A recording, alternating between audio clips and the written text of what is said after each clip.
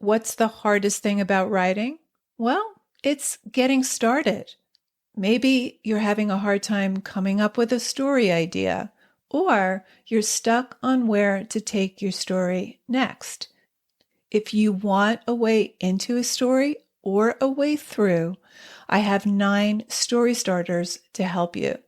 This free PDF is full of story seeds and prompts to get you going. To download your 9 story starters, go to nancypanuccio.com/start. That's Nancy with an I, Panuccio with 2 C's, nancypanuccio.com/start. And the more skill you have, the more sophisticated and masterful your ideas can be. But you've got to get it wrong in order to get the nutrients that will produce the book you envision, that will help you hone the skills. Writer Unleashed is for you, a writer who has a story you want to bring onto the page and into the hearts and minds of readers. I'm Nancy Panuccio, writer, editor, and writing coach. And each week, we'll explore techniques, mindsets, and inspiration for writing stories readers can't put down. Thanks for spending some time with me today. Now let's begin.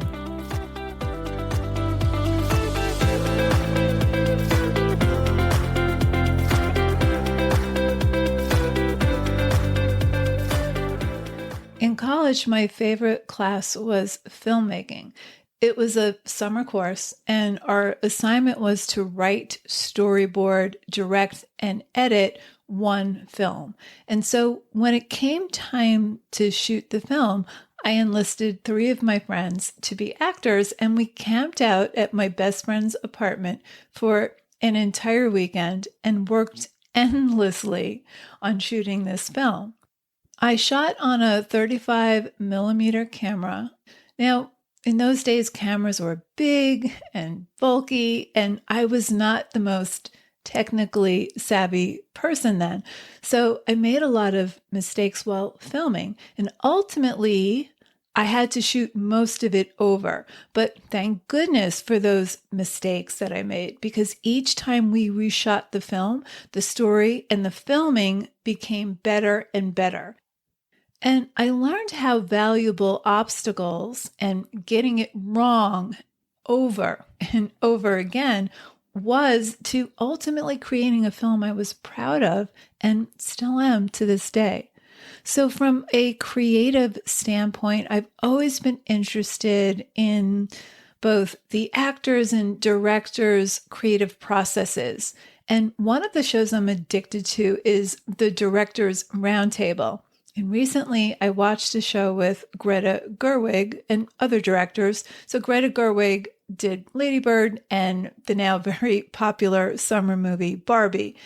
And there were other directors at the table, and they were talking about the problems and the obstacles they faced when making their movies. And let me tell you, some of these obstacles and problems that they faced were really epic. But one of the things that Greta Gerwig said stayed with me. And she said that I knew that when problems came up or difficulties or something went awry, they weren't deviations from the path. That was the path. So obstacles and failures ultimately give you solutions, or they lead you to solutions that are far better and far more interesting. You learn more from struggle and failure than you learn from success. So the problems are the road. The obstacle is the path. With any artistic endeavor, it's never a straight line from A to Z. And it's not a gradual upward arc. There are dips and billows on the path. It's not linear. It meanders, it adapts. It allows you to explore, experiment, and discover something unexpected. For example, so many writers struggle with finishing their second act. They get stuck in the murky middle. Very, very common. Or you write what's in your head, but it becomes a challenge when you can't corral the words, the right words, into a coherent thought. You doubt yourself. But that is part of the practice. That is the practice. And maybe you've sent your book out to agents and you've got one rejection after another. It's natural to then feel like you failed, to feel like a failure.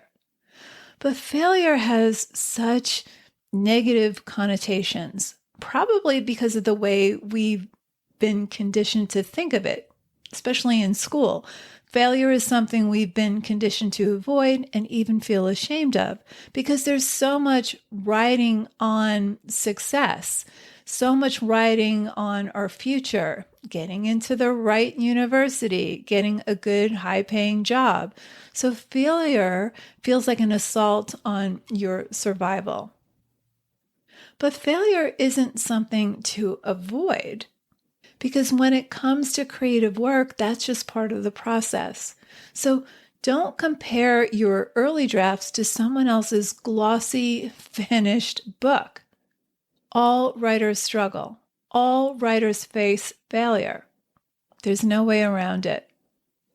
I was listening to Seth Godin talk about the first book that he ever authored, Business Rules of Thumb. And he said that he got 800 or 900 rejections in a row.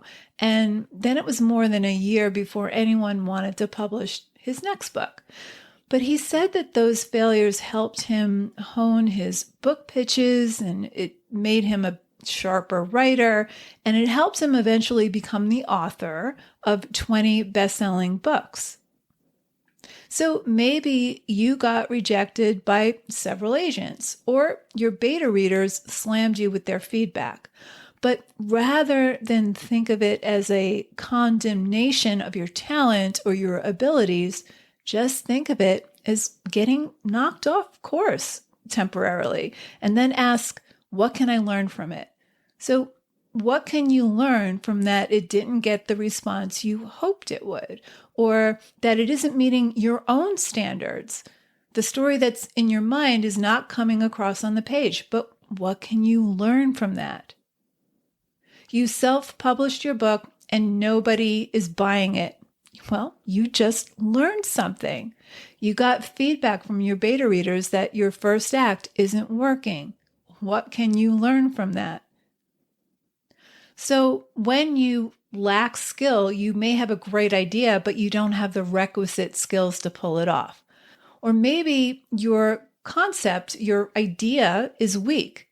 In coaching, we spend a lot of time talking about the story idea and clarifying it and then expanding it. And then there's judgment. So you may leave something in the piece that should have been discarded. So you have to ask things like, is the wrong character in the scene? Is this image heavy-handed? Am I telling where I should be showing? If you look for the lesson in each failure or setback, you'll develop the skills to do it better. Jerome Robbins once said, you do your best work after your biggest disasters. You do your best work after your biggest disasters. And the golfer Bobby Jones once said, I never learned anything from a match I won. Respect defeat and profit from it. Respect defeat and profit from it. So one of the profits you can gain from defeat is a stronger range of skills. The stronger your skills become, the more facile you become. You can try different things, and the more fun writing becomes. We all have a right to fail. Give yourself permission to fail. You're always going to fail. It's a practice, and the process is way more important than the product.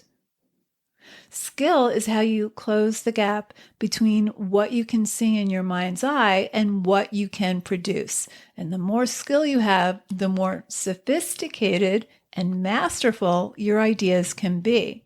But you've got to get it wrong in order to get the nutrients that will produce the book you envision, that will help you hone the skills. Twyla Tharp once said that she taped a 3-hour improvisational session with a dancer, and then she found only 30 seconds of useful material in that tape. So if we do the math, she rejected 99.7% of her work for that day. Now imagine knocking out a 2,000-word chapter, and then after rereading it, you decide that only 3 words are worth keeping. That could be painful, absolutely, but it's absolutely necessary because the creative act is editing. You're editing out all the lame ideas that won't resonate with your readers. With editing, you're exercising your judgment. It's setting the bar a little higher for yourself and therefore for your readers. So, yes, failure is painful. And it's okay to feel it. But it's also important to forget about the humiliation and the pain and retain the lessons from it. So solving creative problems, the thing about it is that there isn't one right answer. There are many possible answers, maybe even thousands of possible answers. So the practical thing to do is to fix the things you know how to fix right now. That's why skill is essential. But you won't develop those skills unless you encounter obstacles, unless you encounter setbacks. So don't think of it as failure. Think of it as guidance on what you need to learn next, what you need to master next. Now, this may mean you work with a writing coach or enroll in a writing workshop or work with a beta reader, but choose those beta readers carefully. Now, for more on beta readers, listen to episode 143, How to Get Better Feedback from Beta Readers. The thing is, you never want to seek feedback from anyone with an agenda. So 143, I'll link in the show notes. You know, I once had a dance teacher tell us that you have to go through stupid before you get to cool. In other words, the body is stupid. It takes time to learn choreography, to get comfortable and fluid with your body, and then it becomes muscle memory. I remember when I first started taking jazz lessons, the moves just didn't feel right on my body. I was frustrated. I was down on myself. I was super frustrated. So for weeks, I went down to the gym in the condo where my father lived, and there was this community room where they held exercise and aerobics classes, and there was a small dance floor and a mirror. And I practiced for weeks and weeks and weeks, for hours on end, until the movement became part of my body, until my muscle memory took over. And the same thing happens with writing. It's going to feel uncomfortable. It's not going to feel fluid all the time. You won't be as limber. But if you don't have a broad base of skills, you're limiting the number of problems you can solve when those obstacles hit. So failing and learning from it is necessary. It is the process. Until you've done it, you're missing an important piece of your creative repository. So here are some ideas I want to leave you with. Number 1, the obstacles you encounter in your writing are not deviations from the path. They are the path. Number 2, give yourself permission to fail. Think of everything you write as an experiment. You're always going to fail anyway, so embrace that. I like what Nelson Mandela once said. I never fail. I'm either winning or learning. I never fail.